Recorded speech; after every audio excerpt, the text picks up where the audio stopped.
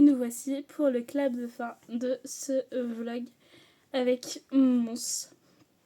Alors pour commencer, je suis partie avec Podam de Haute Ziegelmeier pour le faire dédicacer à Mons, tout simplement parce que je savais qu'elle y était et du coup je suis trop contente en plus parce que c'est un petit dessin du fou. Et du coup, je l'avais commencé dans le train pour aller, parce que j'ai passé le week-end avec une de mes copines, où on est allé à Mons du coup le samedi et le dimanche, on a fait plus une journée tranquille, posée, lecture. Et du coup, je suis arrivée à la moitié avant d'arriver à Mons. J'aurais aimé le finir, mais j'ai pas pu le finir. Mais j'ai lu la première moitié et j'ai vraiment adoré. Je suis complètement fan des illustrations qu'on a dans le livre. J'ai essayé de vous montrer à la première, parce qu'elle spoil moins que les autres.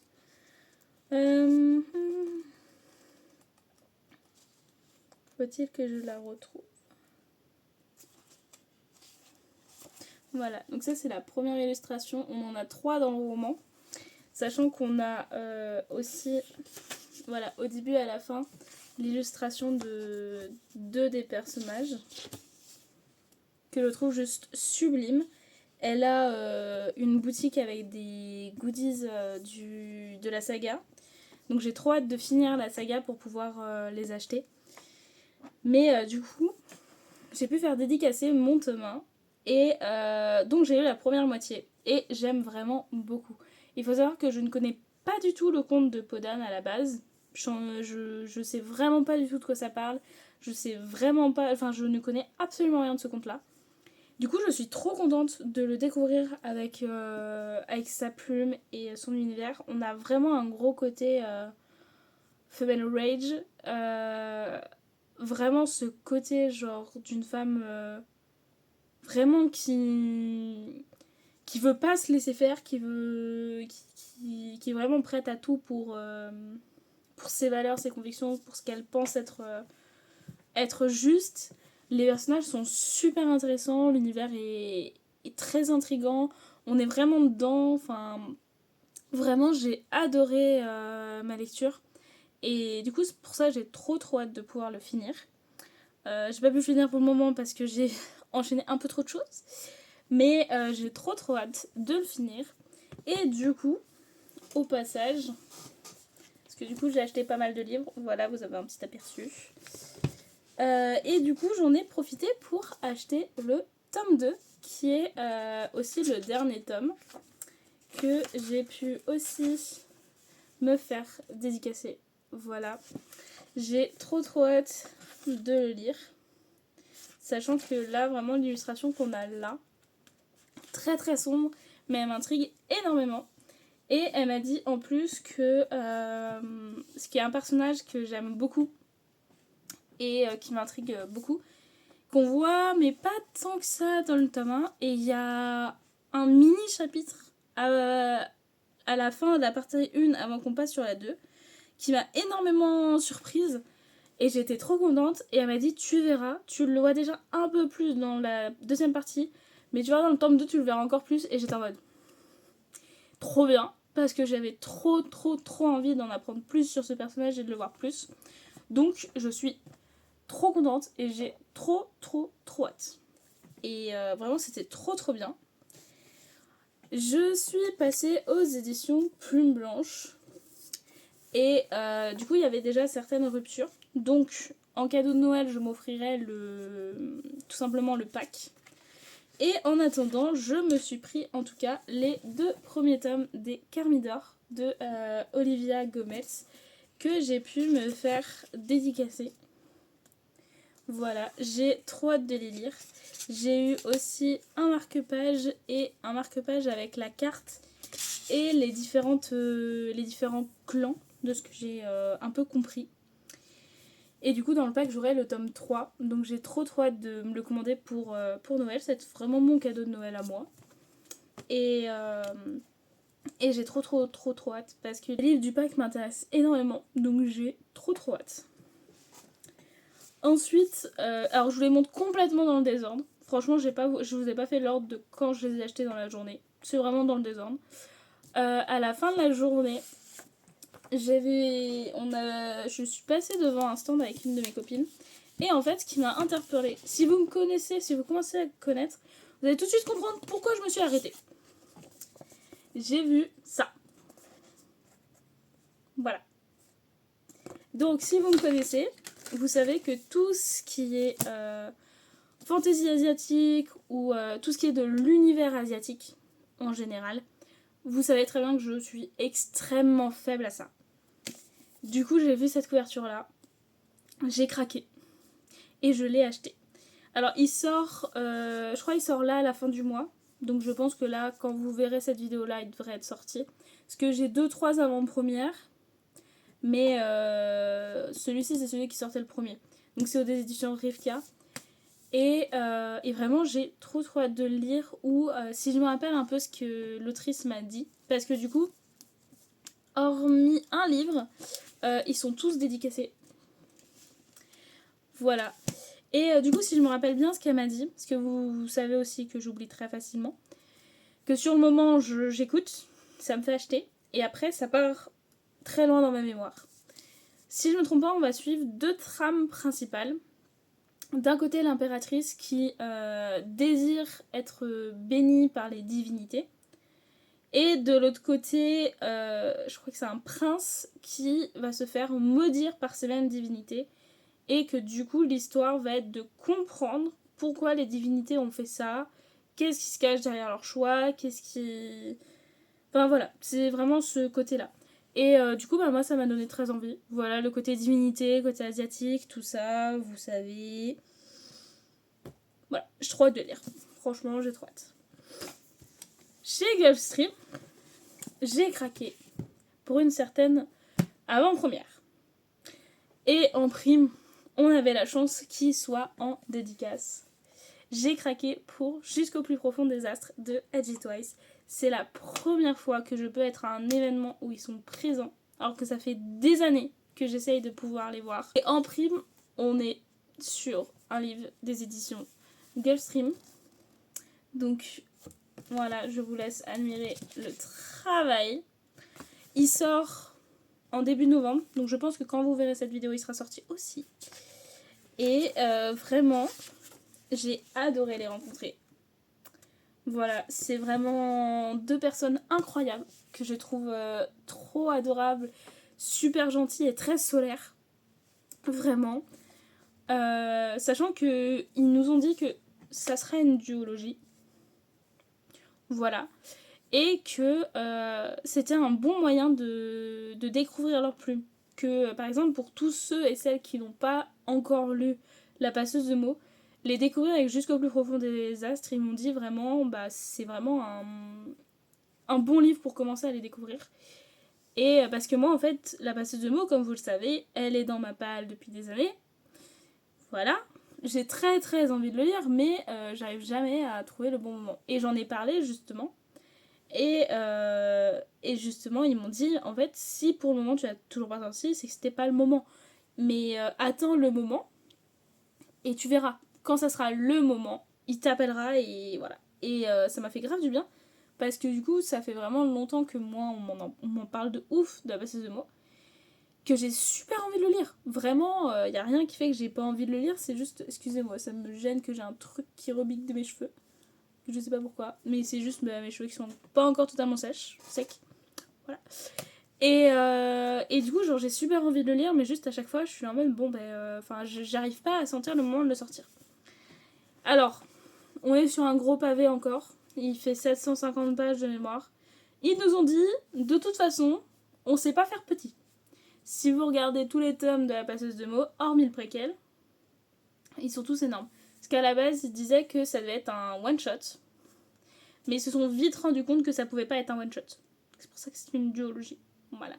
Mais j'ai trop hâte de découvrir cette histoire, de découvrir leurs plumes. C'est écrit assez petit par contre. Voilà. Mais j'ai trop hâte. Voilà. Alors quand on est rentré dans le salon, on s'est retrouvé en tête-à-tête avec une certaine maison d'édition. Il se peut que la carte bancaire a commencé à ce moment-là. Parce que nous sommes arrivés avec Nessian. Donc, j'ai craqué pour Les Contes de Laura de Luna Arnold, qui était en dédicace. Donc, j'ai le livre coopère. Voilà, donc j'ai une petite dédicace. Et en plus, le livre est sublime. Et en prime, on a des petits goodies.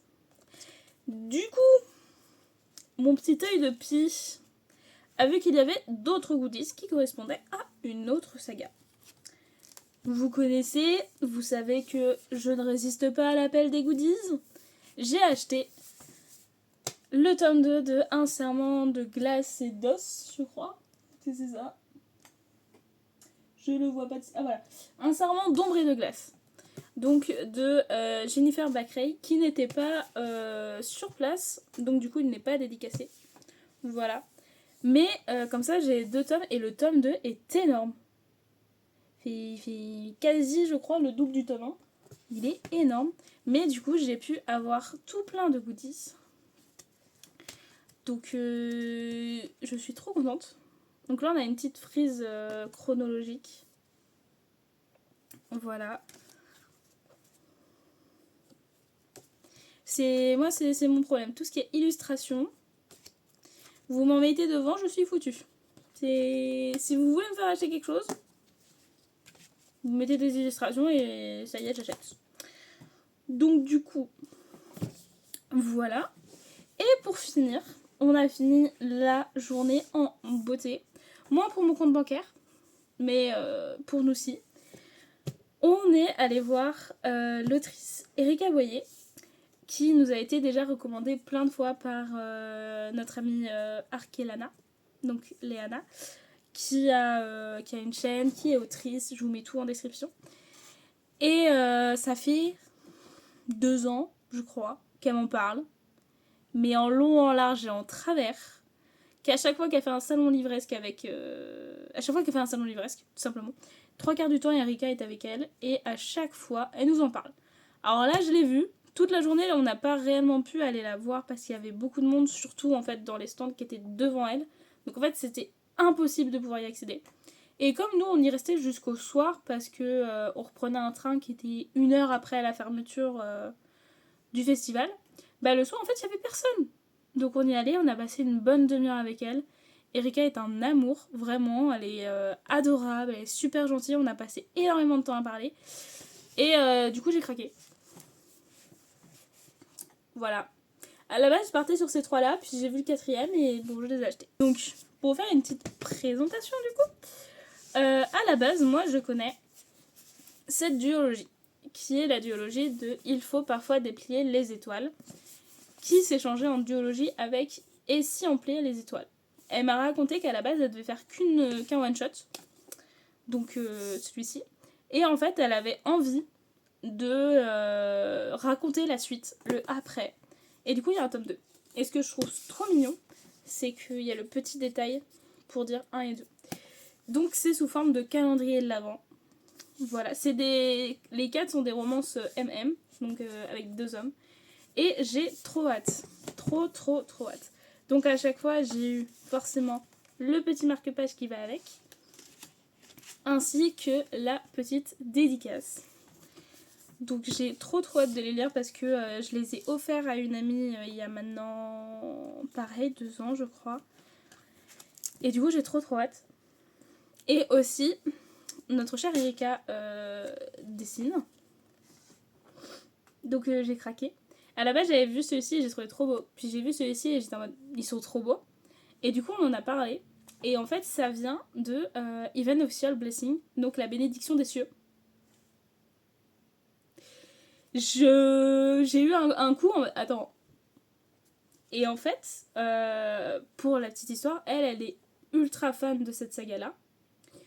Et moi, en fait, de base, très gros guillemets, de base, j'ai une lecture commune sur cette saga-là. C'est-à-dire que en juillet, j'avais commencé une lecture commune avec une copine sur le tome 1. Il se peut que j'ai lu le prologue et que j'ai jamais continué. Et il se peut qu'elle ait défoncé les 2 ou 3 premiers tomes. Elle les lit en anglais, moi j'ai lu en français. C'est devenu une de ses sagas préf. Et moi, du coup, je suis toujours au prologue. Voilà. Mais du coup, j'étais trop heureuse sur le moment. Et j'étais en mode genre trop bien. C'est vraiment... sachant que vraiment j'adorais. Donc j'étais en mode trop bien. Donc du coup, j'ai pris ces deux-là. Parce qu'en plus, je commence pas mal à chercher des lectures de Noël. Donc voilà. Et puis, j'ai vu ça. Comment on résiste à une couverture comme ça. Au début, je n'avais même pas compris que c'était Noël. Parce qu'en fait, genre ça j'ai pas vu, j'ai juste vu ça. J'étais en mode, oh ils sont trop beaux, ça a l'air trop bien, de quoi ça parle? Et puis Hugo m'a dit que ça parlait de Noël et j'étais en mode, ah oui, c'est écrit jusqu'à Noël. Donc oui, et il y a un sapin. Mais bon, vous commencez à me connaître. Voilà. Puis en plus, je trouve trop mignon les petites dédicaces et tout. Et du coup, j'ai trop hâte de le lire. Parce que du coup, lui n'est pas sur un calendrier de l'avance, c'est une romance un peu meilleur ami voisin. Erika disait qu'elle adorait ces tropes-là, mais que du coup, elle essaye de faire d'autres choses parce que elle fait tout le temps ces tropes-là. Et que du coup, il faudrait que j'essaye un peu d'autres choses. Et du coup, en fait, alors il sort milieu novembre, c'est une avant-première aussi. Il sort milieu novembre si je me trompe pas. Mais du coup, en fait, on va suivre. Alors, je sais plus qui est qui, parce que sinon c'est pas drôle. Mais je crois que c'est lui le personnage principal qu'on suit et lui le meilleur ami. Mais il y en a un qui est un et l'autre qui est l'autre. Voilà. Donc, celui qu'on va suivre est dans la mode, si je ne me trompe pas, voilà, il crée des événements, tout ça. Et du coup, son meilleur ami lui sert de modèle. Et en fait, il y a 3 ans, il lui a déclaré ses sentiments. Et son meilleur ami lui a dit non. Mais ils sont restés meilleurs amis, ils continuent à faire à lui servir de modèle, tout ça. Et du coup, là, en fait, cette année, son meilleur ami a dit le 25, je vais un peu servir de gigolo, voilà, je vais vendre mon temps pour le 25. Et comme ça, celui ou celle qui m'achète voilà, pourra passer le 25 avec moi. Et du coup, lui, il est en mode genre, ok, je veux absolument pouvoir l'acheter pour le 25. Comme ça, le 24, on gagne le concours de vêtements. Et comme ça, le 25, avec l'argent que je récupérerai, je le paye pour la journée. Comme ça, je passe Noël avec lui et je lui refais une déclaration. Voilà, ça c'est son état d'esprit. Parce que du coup, il va lui redemander d'être modèle pour du coup, ce qui se passe pour Noël. Comme d'habitude, hein, j'ai des trous de mémoire. Et du coup, il est vraiment en mode genre, si je gagne, l'argent, j'utilise pour pouvoir le réserver pour le 25 et pouvoir passer Noël avec lui. Voilà. Moi, ça m'a donné super envie. Voilà, ça a l'air super... ça a l'air vraiment intéressant et tout. Et ça a l'air trop bien.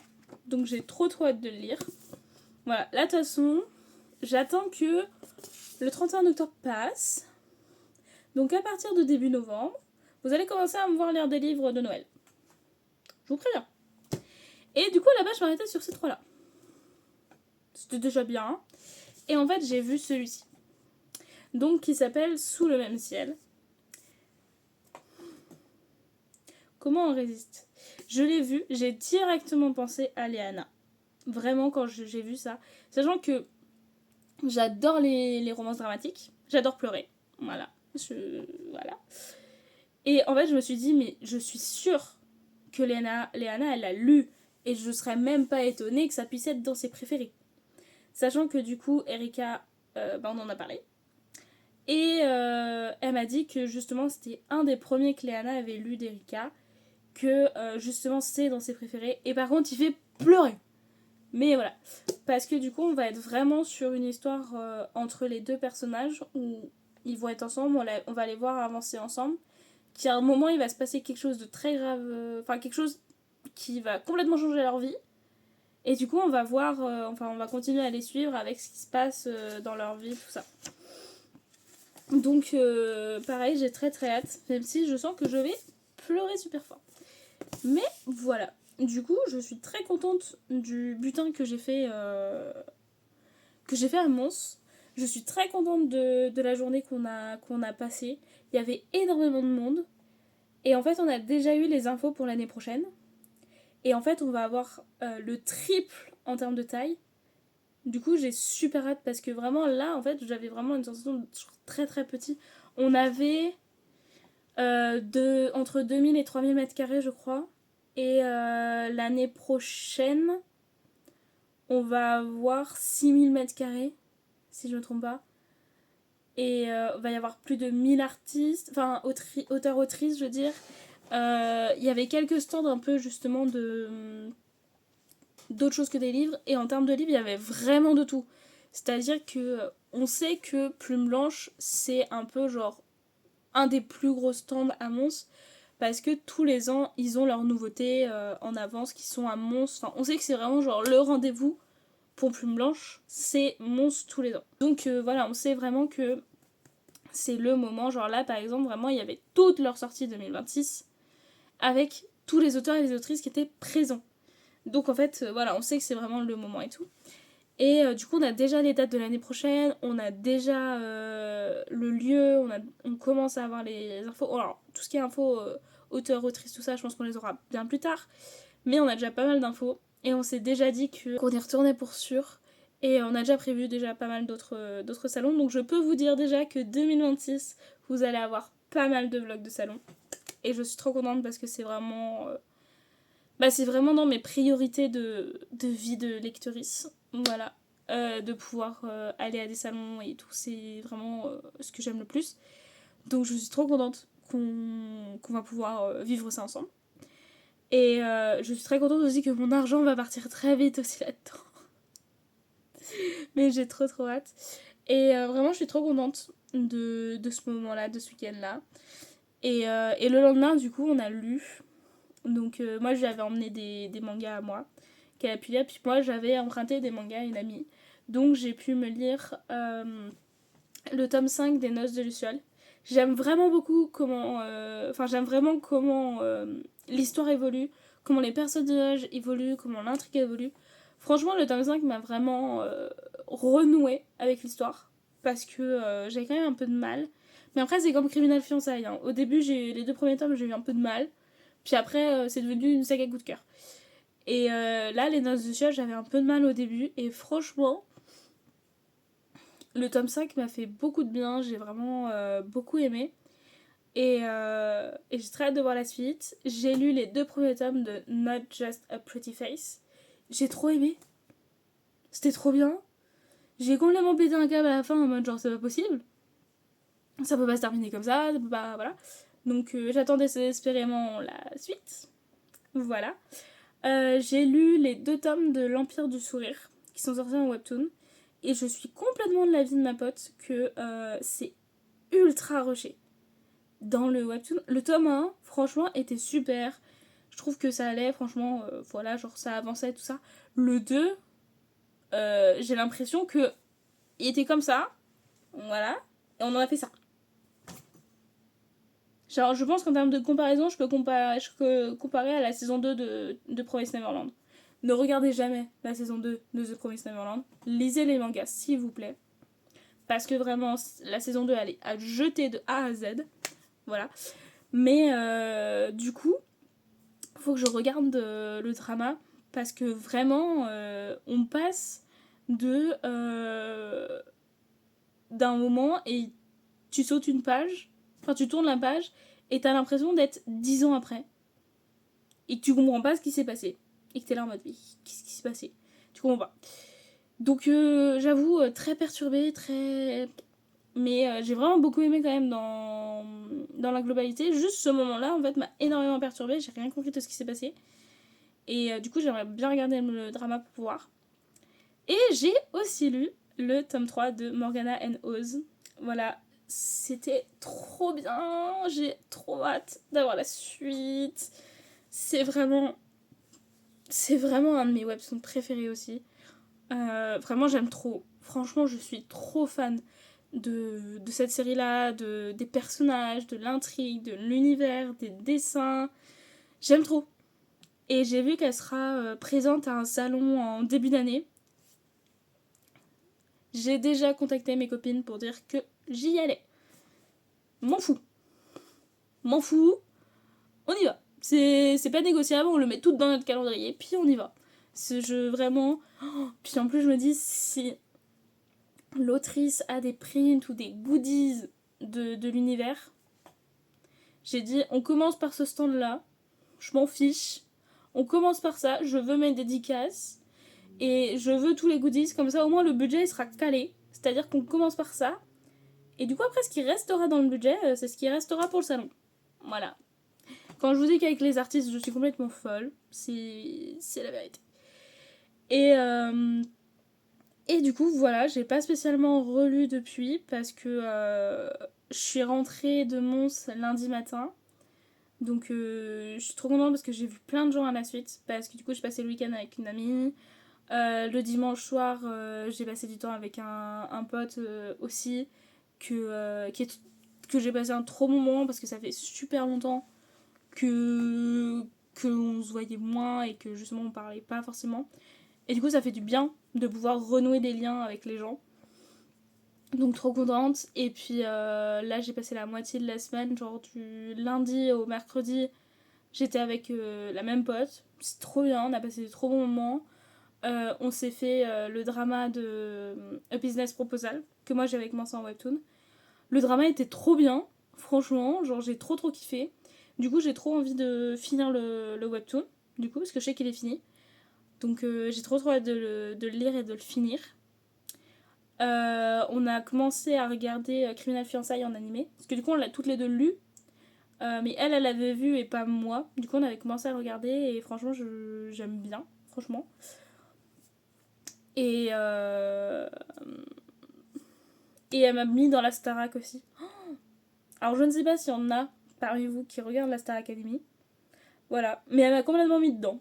Voilà, je suis foutue. Sachant que avec le travail que j'ai là, je ne peux pas regarder les quotidiennes ni les primes. Je regarde tout en décalé. Donc voilà. Mais elle m'a complètement mis dedans. Trop bien, je kiffe trop. Voilà. Et en plus, là, on a repris notre aventure Baldur Gates 3. Parce qu'on avait commencé avant que je parte à Mons. On s'est fait... je crois qu'on s'est fait une dizaine d'heures d'un coup en l'espace de 3 jours, je crois, 2-3 jours. Et là, on a repris un peu hier soir. Trop hâte. Parce que du coup, là, on va pouvoir jouer qu'une fois par semaine à peu près. Entre nos deux emplois du temps. Mais j'ai trop hâte, ça me fait trop du bien de reprendre. J'adore ce jeu. Et j'ai trop hâte d'en savoir plus sur les personnages, sur l'univers, sur les quêtes, sur l'intrigue.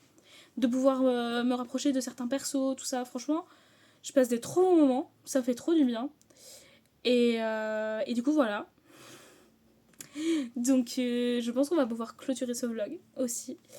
Et on va se retrouver pour un nouveau vlog, tout simplement. Donc je vous souhaite une bonne soirée, une bonne journée, une bonne semaine comme d'habitude. Et on se dit à bientôt. Salut!